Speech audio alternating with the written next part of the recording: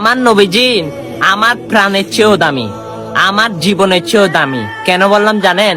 যখন মেরাজে যাবেন তখন হযরতে জিবরাইল আমিন আমার রসুলকে দেখে ঘুমাচ্ছে, তখন আমার রসুলের সামনে গিয়ে বিয়াদফি করে নাই, ঘুম থেকে জাগায় নাই।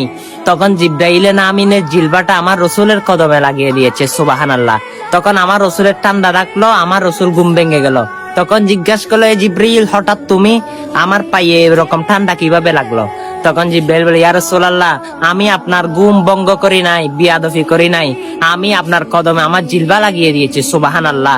তখন আমার রাসূল বলে, হে জিবরাইল, তুমি ফেরেশতাদের সর্দার হইয়া এটা কি করলা? তখন জিবরাইল আমিন বলে, ইয়া রাসূলুল্লাহ, ইয়া রাসূলুল্লাহ, আমি ফেরেশতার সর্দার হতে পারি, কিন্তু আপনার কদমের সামনে কিছু না। দেখুন, জিবরাইল আমিন 600 নূরের পাকার অধিকারী হইয়ে এত বড় ফেরেশতাদের সর্দার হইয়া আমার রসুলকে তো সম্মান করে, সেই রসুলের সম্মান আমাদের থেকে কোথায়? চলুন সে নবীকে যারা মন প্রাণ অন্তর থেকে ভালোবাসি, সে নবী আমাদেরকে জান্নাতে হাত ধরে ঢুকাইবে, সেটা যদি মনে করে থাকি, এই সুন্দর বার্তাটা সকল মানুষের কাছে পৌঁছে দিই। আমিন।